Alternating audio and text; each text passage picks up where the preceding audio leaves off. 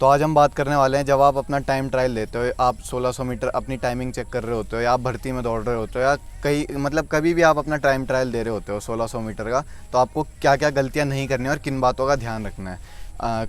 मैं आपको टिप्स देने वाला हूँ, वो आप फॉलो कर सकते हो। और डेफिनेटली जो आपकी टाइमिंग अगर आपकी टेक्निक की वजह से अच्छी नहीं आ रही थी, तो वो अब अच्छे से आने लगेगी अगर आपकी पेसिंग वगैरह सही है। तो इस वीडियो को पूरा एंड तक देखना, और मैं आपको कुछ गलतियों के बारे में बताऊंगा जो आपको नहीं करनी चाहिए, तो एंड तक बने रहना। तो सबसे पहले गलती ये है कि पहला चक्कर बिल्कुल तेज़ मार देना और एंड में बिल्कुल डेड हो जाना। ये आपको पता होना चाहिए कि भर्ती में आपको पहला चक्कर तेज़ मारना है, पर उसका ये मतलब नहीं है कि आप पहला चक्कर तेज़ मार दो सबसे आगे, और उसके बाद में आप लास्ट चक्कर के आते आते डेड हो जाओ। फिर उस पहले चक्कर तेज़ मारने का कोई फ़ायदा नहीं है। आपको जो आपकी पेसिंग होनी चाहिए वो बिल्कुल ईवन होनी चाहिए। अब आप बोलोगे कि मैं अपनी पेसिंग ईवन कैसे करूं, तो आपको एक ये सिंपल सी वॉच आती है 200-250 रुपये की, किसी भी आप अपने स्टोर से ले सकते हो। आपको वर्कआउट करते वक्त जब जैसे आप कोई भी रेपिटेशन मार रहे हो, तो आप जैसे अगर आप 400 मीटर के रेपिटेशन मार रहे हो, आप 1:10 की आपकी टाइमिंग है, तो आपका जो पर 200 मीटर है वो 35 सेकंड का आना चाहिए, या पर 100 मीटर है वो 17.5 का आना चाहिए। तो आपको ऐसे में इवन पेस में दौड़ने की आदत रहेगी। तो अब होता क्या है कि वो मेंटालिटी मैं समझता हूँ कि भर्ती में आपको पहला चक्कर तेज़ मारना होता है, वरना आप धक्का वगैरह लग के आप किसी का पैर लग जाता है आपके पैर पर और आप गिर जाते हो। मेरे साथ भी हुआ है ऐसा। मेरी आदत नहीं थी भर्ती में शुरुआत में खींचने की, और मेरा नंबर सबसे पहले आ गया था, और मैं 30 मीटर की ड्रैग रन करके आ गया। एनीवेज़ वो अलग बात है। तो इस बात का आपको ध्यान रखना है, आपका पहला चक्कर तेज़ होना चाहिए। जैसे अगर आपकी पेसिंग 1:15 की, आप 1:15 का पेस लेके चल रहे हो, तो आप पहला चक्कर 1:15 का 1:10 का मार के दूसरा 1:20 का ले जा सकते हो। लेकिन आपको ऐसा नहीं करना कि पहला 1 मिनट का मार दिया या 1 मिनट 2 सेकंड का मार दिया। वो आप तब मारोगे जब आपका एम 4:30 या 4:35 का है। लेकिन अगर आप 5 मिनट के लिए एम कर रहे हो, तो आपको पहला चक्कर आप थोड़ा सा तेज़ ले सकते हो, लेकिन बिल्कुल ही ऐसे रैपिडली खींच के नहीं ले जाना, वरना फिर जो आपके बाकी के 3 चक्कर हैं उनमें आप सफ़र करोगे। दूसरा आपको ये ध्यान रखना है, अगेन वही गलती कि धावकों को पकड़ के नहीं चलना है। अब मैंने बहुत लड़कों को देखा है, खुद की टाइमिंग 5:40 आ रही है, लेकिन ग्रुप में अगर कोई 5 डाउन वाला है तो बोलते हैं भाई मैं तो तुझे पकड़ के दौड़ूंगा और मेरी भी 5 डाउन आ जाएगी।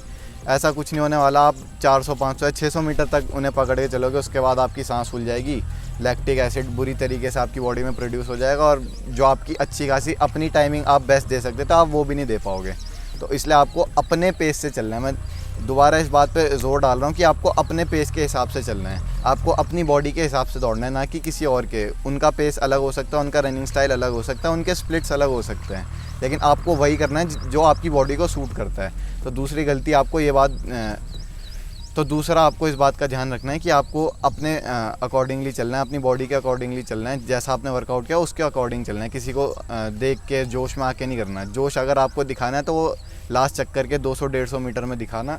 पहले आपको ऐसे नहीं करना है कि धावक को पकड़ लिया और बाद में आप बाकी के 3 चक्कर सफ़र कर रहे हो। तो तीसरा आपको ये ध्यान रखना है कि अगर आप अपना टाइम ट्रायल शाम को दे रहे हो, तो आपको सुबह हल्का सा वर्कआउट कर लेना है। होता क्या है कि अगर जैसे आप मंडे को अपनी टाइमिंग दे रहे हो, आप संडे को तो ऑब्वियसली अपना रेस्ट रखोगे, तो उससे होता है कि आपकी बॉडी थोड़ी मतलब स्टिफ हो जाती है, मसल्स जो हैं वो एकदम स्ट्रेच और कॉन्ट्रैक्ट नहीं कर पाते अच्छे से। तो इस चीज़ का आपको ध्यान रखना है। तो आप क्या कर सकते हो कि आप सुबह जैसे आपका टाइम ट्रायल शाम को है, तो आप सुबह 1-2 एंड्योरेंस लैप लगा सकते हो, 2:50 के, जैसे आपने 2 लगा लिया। ऑल आउट नहीं मारना, बस आपको 70 से 75% एफर्ट पे मारना है। या आप 15 से 20 मिनट लाइट जॉगिंग कर सकते हो, उसके बाद 2-3 स्ट्राइड मार के ABC ड्रिल करके अपनी जो स्टैटिक स्ट्रेचिंग है वो कर सकते हो। तो आप अगर ऐसा करोगे तो शाम को आप रियलाइज़ करोगे कि आपकी बॉडी बहुत अच्छी चल रही है, आपकी बॉडी ऑलरेडी वार्म्ड अप है। तो या अगर आप सुबह टाइमिंग मार रहे हो, तो आप कोशिश करो कि जैसे आपकी कल सुबह टाइमिंग है, तो आप आज शाम को यही सेम वर्कआउट कर लो। वर्कआउट तो नहीं बोलेंगे, ऐसे बोलेंगे कि आप अपनी बेस्ट परफॉर्मेंस दे पाओ, आपकी बॉडी स्टिफ ना रहे टाइमिंग देते वक्त। तो ये आप कर सकते हो, तो ये आपको बहुत हेल्प करेगा। ये हम खुद करते आ रहे हैं 1-1.5 साल से। ये सिर्फ हम 1600 मीटर में नहीं, हम 400 मीटर या कोई भी इवेंट की टाइमिंग देनी होती है, हम ये फॉलो करते हैं, और ये बहुत मदद भी करता है। या आप देखोगे जो ओलंपियंस वगैरह होते हैं उनका वार्म अप भी बहुत लंबा रहता है, लेकिन हमारा क्या होता है कि अगर आप भर्ती में दौड़ रहे हो तो आपको वार्म अप का टाइम नहीं मिलता। तो आप इसलिए ये एक दिन पहले या कुछ एक सेशन पहले आप इसे कर सकते हो। अब आप ओलंपियंस को देखोगे तो उनका वार्म अप भी करीब 45 मिनट से लेकर 30 मिनट का रहता है। तो वो इसीलिए रहता है ताकि उनकी जितनी भी स्टिफनेस है मसल्स में या जितने भी इतने टाइम से वो उन्होंने जो रेस्ट लिया होगा अपने इवेंट से पहले, वो उनकी बॉडी जो है वो अच्छे से अनलॉक हो जाए और वो अपना बेस्ट दे पाएँ। चौथा पॉइंट और मेरा फेवरेट, नेगेटिव स्प्लिट्स। आपको पता ही होगा, मैंने इसके बारे में ऑलरेडी 2 वीडियोस अपलोड भी करी है। नेगेटिव स्प्लिट्स आपको किस तरीके से मारनी है। अब जैसे मैंने आपको बोला, आपकी जो पेसिंग है वो इवन रहनी चाहिए हर राउंड में। उसके बाद अब जैसे आपका 1400 मीटर ख़त्म हो गया, 1500 मीटर ख़त्म हो गया, तो जो आपका लास्ट 100-200 मीटर है आप उसको पूरी जान से खींच सकते हो, क्योंकि अब आपको पता है अब 100-200 मीटर ही रह गया, इसमें खींच लूँगा तो कुछ नहीं होगा, उल्टा आपकी परफॉर्मेंस ही अच्छी आएगी। तो जो आपको पहले 3 चक्कर इवन पेस में लेके चलने हैं और जो लास्ट वाला चक्कर है वो आपको पूरी जान से मारना है। तब जो आप देखोगे जो आपकी इवन पेसिंग थी वो इवन पेसिंग से जो आपका लास्ट में आपने खींचा उसकी वजह से वो नेगेटिव स्प्लिट में कन्वर्ट हो गई। तो ये आपके लिए बहुत फ़ायदेमंद साबित होगा नेगेटिव स्प्लिट्स मारना। अगर आपको नहीं पता नेगेटिव स्प्लिट्स क्या होती है, कैसे इन्हें आप इंट्रोड्यूस कर सकते हो, तो आप लिंक डिस्क्रिप्शन में है, वो वीडियो देख सकते हो। तो जो हमारा लास्ट पॉइंट है, last but not the least, और जो हमारा 5वां पॉइंट भी है, वो ये है कि आपको कुछ भी नया ट्राई नहीं करना है उस दिन पे।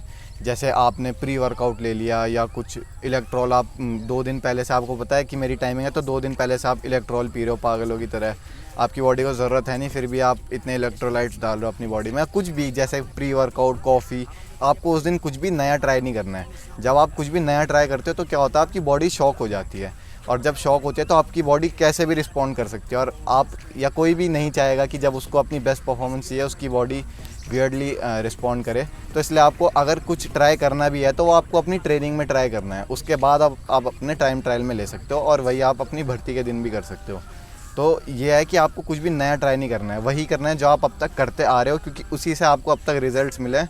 और अगर आप अभी भी वही करोगे तो आपको अभी भी अच्छा ही अपना जो है परफॉर्मेंस निकल के आएगा, जो आपका परफॉर्मेंस है वो अच्छे से निकल के आएगा।